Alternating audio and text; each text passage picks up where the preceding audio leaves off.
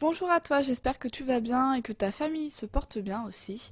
Aujourd'hui, j'ai envie de partager quelques astuces et quelques anecdotes du guide pratique de la maîtresse de maison.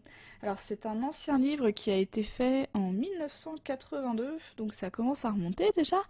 Et il donne des astuces, il donne énormément de conseils aux femmes, puisque c'est un livre qui était adressé essentiellement aux femmes pour qu'elles tiennent en fait leur maison correctement, etc. etc. Donc pour le coup, c'est un énorme livre quand même, puisque c'est une encyclopédie. Et j'ai eu ça sur Le Bon Coin, je l'ai vu passer, je me suis dit tiens, je vais le prendre parce que j'aime beaucoup feuilleter d'anciens livres. Souvent, je trouve que ça nous apprend énormément de choses et même des choses essentielles que l'on ne fait plus du tout aujourd'hui, alors que ça peut en fait être très utile. Donc autrefois, certes, c'est l'homme qui donnait l'argent à la femme, mais c'était à elle en fait de faire ses comptes et de choisir le bon matériel, etc. pour le quotidien, les bons meubles. Elle dépensait donc cet argent. Il fallait qu'elle le dépense d'une façon, du coup, assez, hein, tout en étant prudente. Il fallait qu'elle choisisse bien les choses. Donc il y a toute une partie sur comment dépenser intelligemment entre guillemets, comment choisir les bons matériaux, les bons objets chez soi, quel meuble choisir, en quelle matière, quel tissu choisir, les rideaux, qu'est-ce qu'il faut choisir comme rideau. Il y a énormément d'astuces à ce sujet. Par exemple, pour s'équiper moins cher. Donc ils disent que pour s'équiper moins cher, il fallait attendre les périodes d'inventaire, souvent février, mars, mais également en août, et que les magasins du coup bradaient en fait à ce moment-là des choses qui étaient un peu démodées. Ils parlent aussi des entrepôts, des grands magasins, où là aussi les objets abîmés qui sont démodés donc peuvent être vendus beaucoup moins cher. Le seul inconvénient était effectivement que ce n'est pas livré chez vous. Il parle aussi des boutiques spécialisées dans la vente de matériel d'occasion, des petites annonces aussi qu'il pouvait y avoir autrefois dans les journaux, et puis les ventes publiques. Donc les ventes publiques qui se faisaient autrefois dans les hôtels où les professionnels donc vendaient comme ça du matériel, que ce soit du mobilier, de la vaisselle. Donc souvent c'était affiché en amont chez les notaires, les huissiers et même sur les lieux de vente. Donc fallait ouvrir l'œil en fait pour regarder un peu où se trouvaient les ventes publiques pour pouvoir acheter des meubles moins chers, etc. Il y avait aussi les ventes des domaines. Là, en fait, c'est l'État qui, suite à des saisies, réquisitionnait énormément de biens et du coup, c'était vendu en lot. Alors là, le seul inconvénient, c'est que par contre, si vous vouliez acheter un réfrigérateur, il fallait en acheter 10 d'un coup. Et en fait, les domaines donc, publient régulièrement un journal dans lequel toutes les ventes sont annoncées et il fallait s'y abonner pour être au courant. Mais c'était une solution aussi pour avoir des choses moins chères à l'époque. Il y avait aussi les marchés aux puces, ils parlent des dépôts des compagnons d'Emmaüs déjà à cette époque-là. Donc c'est plein de petites astuces qui vous permettent donc d'acheter des objets moins chers. Alors ils parlent par contre des offres douteuses, ils disent qu'il faut être prudent, des votes forcés. Il y a aussi la vente par correspondance, ils évoquent le sujet. Et donc ce que je trouve vraiment drôle, c'est qu'aujourd'hui, la plupart des gens retournent en fait à ce mode de consommation, et tant mieux, c'est-à-dire racheter des choses d'occasion, acheter sur le marché, acheter à Emmaüs, acheter par correspondance, on le fait aussi beaucoup avec Le Bon Coin, avec Vinted. Donc on redonne une seconde vie à beaucoup d'objets et qui sont déjà utilisés et ça nous revient moins cher. Il y a aussi les entrepôts, renseignez-vous, mais il y a souvent des grands entrepôts avec des magasins, des grands entrepôts où les marques sont totalement bradées. Ça peut être éphémère dans l'année, mais en tout cas ça existe et on revient beaucoup à ce mode de consommation. Bon, c'est très intéressant parce qu'ensuite il y a par exemple lire les étiquettes et il marque qui veut acheter en toute connaissance de cause doit donc apprendre à lire en traduction simultanée. Et il y a un petit guide en fait avec qu'est-ce qui était obligatoire à l'époque d'être sur les étiquettes, qu'est-ce qui était obligatoire d'être noté sur celle-ci. Et ensuite le livre nous parle aussi de la publicité. Alors là c'est assez drôle puisqu'en fait ils disent que si on est victime d'une publicité abusive, pas d'hésitation, portez plainte. La chose auquel on penserait pas du tout aujourd'hui. Donc ils disent que la publicité doit tout d'abord informer, mais qu'elle ne doit pas être mensongère. Donc il y a toute une procédure pour porter plainte, avec comment porter plainte, etc. Donc ça c'était un petit côté assez drôle que l'on ne fera pas aujourd'hui, ou en tout cas, moi j'aurais pas idée de porter plainte contre une marque pour une publicité un peu abusive, parce que la publicité est tellement dans notre quotidien, c'est vrai qu'aujourd'hui j'y fais pas vraiment attention en fait. Ils donnent aussi des petites astuces pour la maison, enfin même beaucoup, parce qu'en fait ils reviennent sur tous les matériaux. Euh, il parle par exemple de la pose de la moquette. Donc si vous le pouvez, évitez la moquette dans une salle de bain. Il est vrai qu'elle est un peu stressible si vous la choisissez spéciale salle de bain, mais elle n'est pas intachable et sera difficile à garder impeccable. D'autre part, surtout si elle est collée, songez qu'au moindre débordement de baignoire ou dans le cas d'une fuite d'eau, vous vous retrouverez avec sous les pieds une surface spongieuse qui mettra longtemps à sécher et dégagera une odeur fort peu agréable. C'est vrai qu'on n'aurait pas idée de mettre de la moquette dans la salle de bain. Quelques petites astuces aussi qu'il donnait à l'époque pour agrandir une pièce. Donc le trompe-l'œil, pour tricher avec le volume apparent d'une pièce, soit que l'on veuille l'agrandir, soit au contraire que on la trouve un peu trop vaste. Une idée d'autrefois qui revient en force, le trompe-l'œil peint sur le mur. Donc facile à faire soi-même pour peu que l'on possède un appareil de projection qui se loue chez un spécialiste de matériel photographique. On choisit une image, un tableau, un paysage, on en fait, si elle n'existe pas déjà, une photo couleur en diapositive, on projette la diapositive sur le mur à décorer. Il ne reste plus qu'à se munir d'un crayon pour dessiner l'image projetée, puis à la peindre. C'est quand même pas si évident que ça, hein. Aujourd'hui, on ne ferait pas forcément comme ça non plus, mais c'est pas une si mauvaise idée que ça. Et une astuce aussi, le miroir, qui est encore aussi utilisé aujourd'hui. Ne l'utilisez pas en grande surface, cela vous coûterait cher et votre appartement n'est pas la galerie des glaces de Versailles. En revanche, une porte revêtue de miroir, une glace judicieusement placée allongeront à l'infini la perspective d'un couloir, d'une salle de bain, etc. Donc je passe maintenant toute la partie sur la maison parce qu'il y a énormément de choses. Si vous le procurez, au moins vous aurez la joie de pouvoir lire tout ça. Il y a beaucoup de choses aussi sur le bricolage, mais aussi sur le chauffage, les choix des matériaux, le mobilier, la décoration, etc. Pour passer en fait à la partie sur la famille, le mari, les conseils qui sont donnés en fait à la femme dans ce domaine-là et aussi le savoir-vivre. Alors il y a un chapitre qui s'appelle Les maris d'abord. Donc tout le monde sait que passé les premiers mois, les premières années d'idylle, la vie en commun crée parfois quelques petits agacements. Ils peuvent souvent être évités par de simples détails d'organisation, d'aménagement de l'espace ou par un grain de sagesse et de bon sens dans le comportement.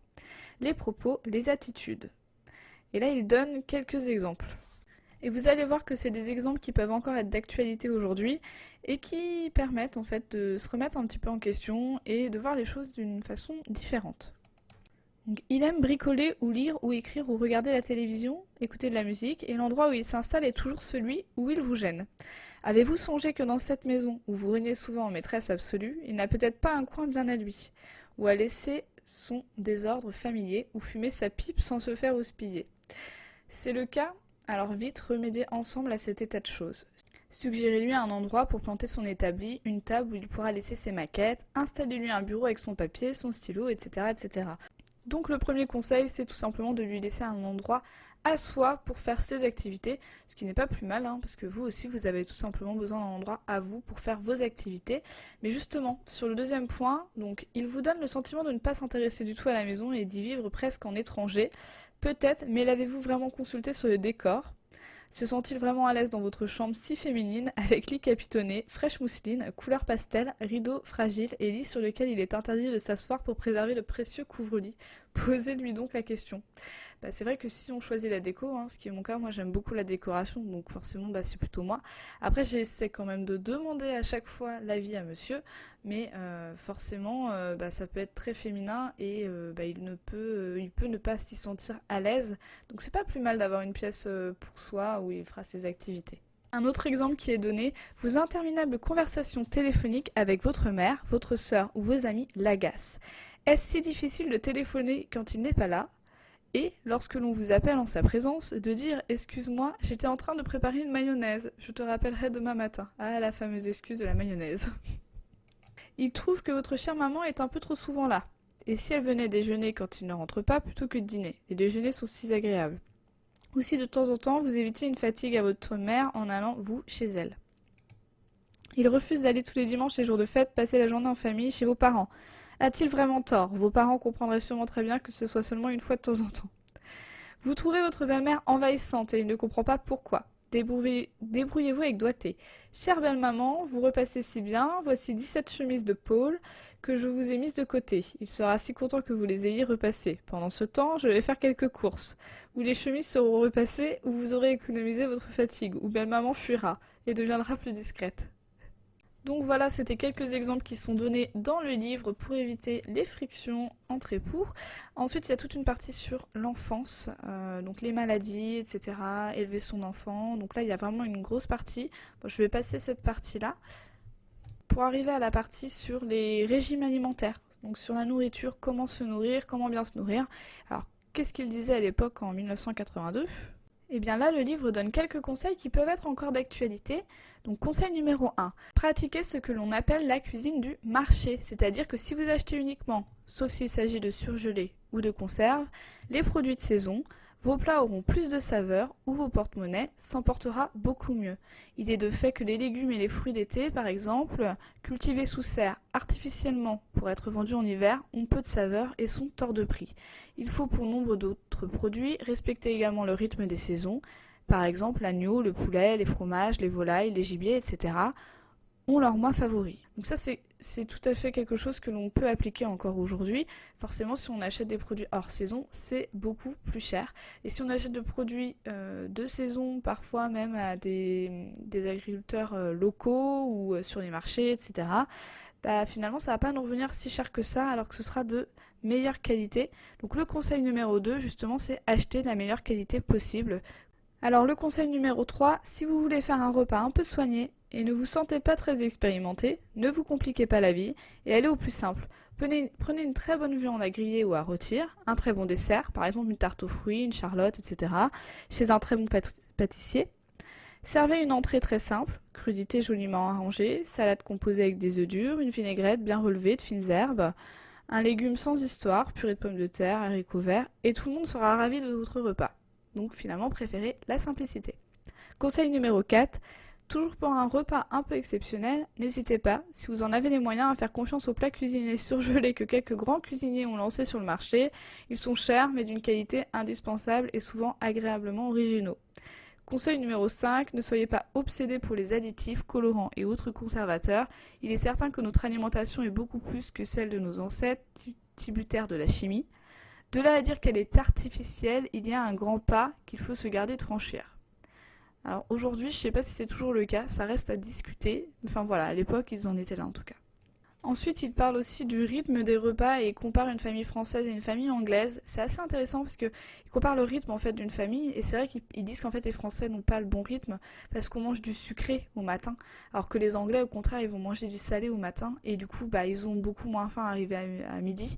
Et enfin voilà, le rythme de la journée pour eux est mieux organisé au niveau des repas. Ils comparent les deux et ils disent que c'est pour ça aussi que les Français, souvent, on a tendance à avoir faim le soir et à manger trop le soir, alors qu'au contraire, il faudrait manger moins le soir. Et enfin, pour finir, je vous passe donc énormément de choses dans ce livre. Il y a vraiment beaucoup de choses. Il y a toute une partie sur la beauté, sur les produits, même les produits à faire soi-même, les choses à savoir pour qu'est-ce qu'il faut s'appliquer sur le visage, tout ça. Il y a énormément de choses sur le bien-être aussi. Il parle du sport. Enfin voilà, il parle aussi de toute une partie sur les courriers administratifs, comment écrire au procureur de la République, comment écrire à un notaire, etc., etc. Donc c'est vraiment une encyclopédie, comme je le disais. Alors, il y a quand même un point sur lequel je peux revenir, c'est le savoir-vivre, et notamment le savoir-vivre à table. Et là, le livre traite ça avec beaucoup d'humour. Alors bien sûr, il y a toute la partie sur comment dresser la table, mais aussi sur la conversation. Alors si l'on invite, on est tenu de créer une ambiance chaleureuse où les gens se sentent bien. On doit s'occuper de tout le monde, y compris de la petite blonde femme d'un ami de toujours qui vous énerve passablement. Allez à la rescousse des timides, tendez-leur la perche, observez et si vous voulez rester maîtresse de la situation, ne buvez que très peu d'alcool. En fait, on se rend compte qu'à l'époque, c'est vraiment la femme et la maîtresse de maison qui orientaient qui orientaient peut-être même les conversations, qui faisaient en sorte que tout se passe bien. Donc c'est marqué méfiez-vous des mélanges détonnants de personnalités, ne confondez pas esprit brillant et bavard intéressable, gens gais et gens bruyants, attention aussi aux raseurs qui servent de somnifères aux autres, méfiez-vous des discussions politiques quand les personnes en présence se connaissent à peine, dispute et bien-être n'habitent pas la même maison. D'une certaine manière, tolérance et bienveillance, ces vertus cardinales sont deux des composants essentiels de la politesse, en acceptant les gens tels qu'ils sont, en cherchant, et l'on finit toujours par trouver ce qu'ils ont de sympathique ou de passionnant. Même si vous ne feriez pas d'un tel ou d'un tel vos meilleurs amis, vous serez toujours sûr d'avoir l'attitude la plus juste et la plus courtoise possible. Et ensuite, ils expliquent donc comment parler. Ils reviennent même sur les adverbes, ce qu'il ne faut pas dire. Enfin voilà, donc c'est assez marrant de voir tout ça. C'est vrai que la politesse à table, ça prenait vraiment un sens beaucoup plus important qu'aujourd'hui. Et on voit aussi toutes les règles qu'il fallait s'imposer sur le couvert, la mise en place du couvert, qui est très très très très important à l'époque. Donc voilà, ça vous aura donné un petit aperçu, enfin quand même un aperçu de 15 minutes, hein, donc j'ai largement dépassé le timing que je m'étais imposé, mais voilà, ça vous donne un aperçu du livre, de ce que l'on peut y lire, et moi je trouve ça toujours très intéressant de relire des livres d'époque, parce qu'il y a certaines choses en fait, ça me donne toujours envie de refaire certaines choses, ou de mettre en place certaines choses chez moi. Je me dis ah oui, ça c'est une bonne idée, ah ça je savais pas que l'on faisait comme ça à l'époque, ce serait bien en fait si c'était remis au goût du jour aujourd'hui. Et puis par contre, il y a certaines choses effectivement qui sont complètement dépassées et que je me dis ah bah heureusement que c'est plus comme ça aujourd'hui. Mais c'est toujours très intéressant à lire et c'est toujours très intéressant de voir les différences alors que finalement il n'y a pas tant d'années que ça qui nous séparent de ces personnes-là. Donc voilà. N'hésitez pas à me dire ce que vous avez pensé de cette vidéo si ça vous a intéressé et je vous dis à très bientôt pour de prochaines vidéos.